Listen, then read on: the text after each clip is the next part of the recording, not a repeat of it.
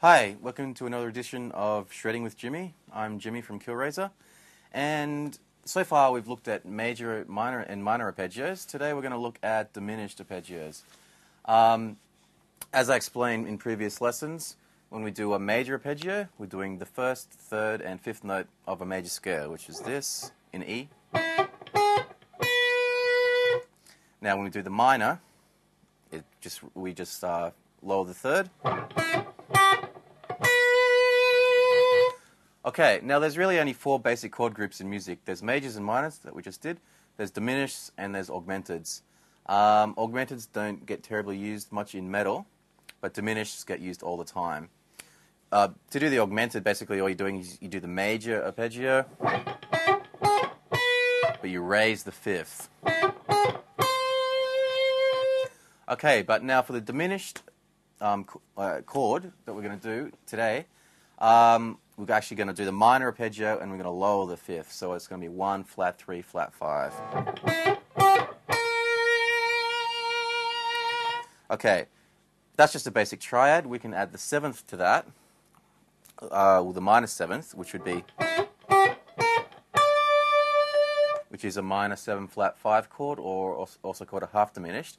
But the arpeggio we're going to look at today is going to be actually the diminished seventh arpeggio, where we take that flat 7, we actually do what's called a double flat 7. So instead of being there, which is the major 7, we lower that one and we flatten it again. So we get that note. So all up we've got 1, flat 3, flat 5, and a double flat 7. If we keep on going. Now if you notice that, when I did that, everything's actually 3 frets apart. It's symmetrical. So basically you can consider any one of those notes the root note of your diminished seventh chord or arpeggio. But we're not going to worry about that theory today. We're just going to look at some common ways of using these diminished arpeggios, some common ways of playing them, and some licks. Alright, so hopefully that makes sense, and let's get into it.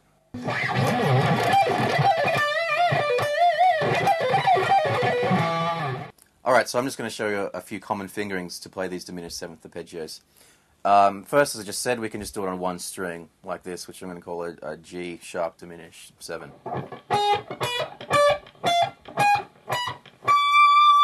It's a bit slower.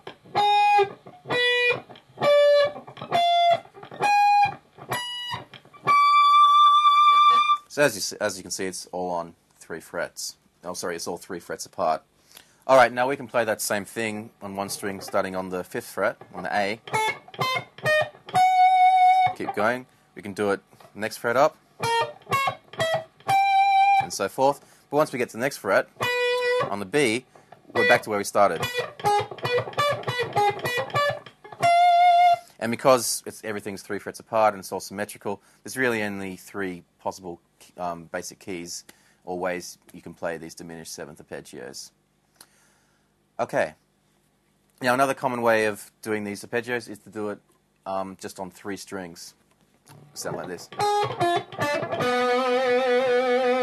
So we just need to take that shape and move it up 3 frets.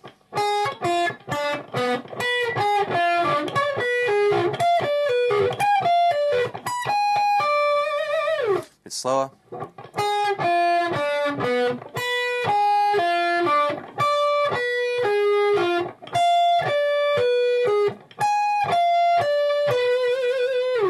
So forth. We can also take that shape and move it, continue it on down the strings, like this.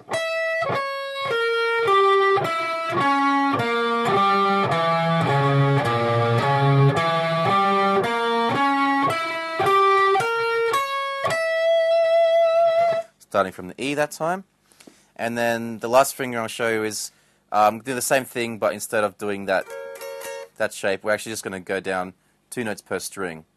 And it's a really easy pattern to remember. Only thing you've got to watch is between the B and the G strings, you're going to have to skip 2 frets, but it's going to look like this.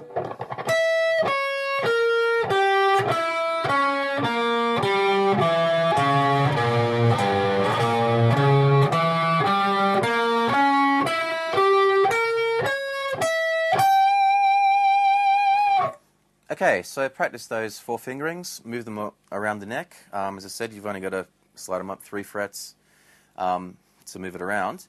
Now we're going to have a look at some licks incorporating these diminished 7th arpeggios.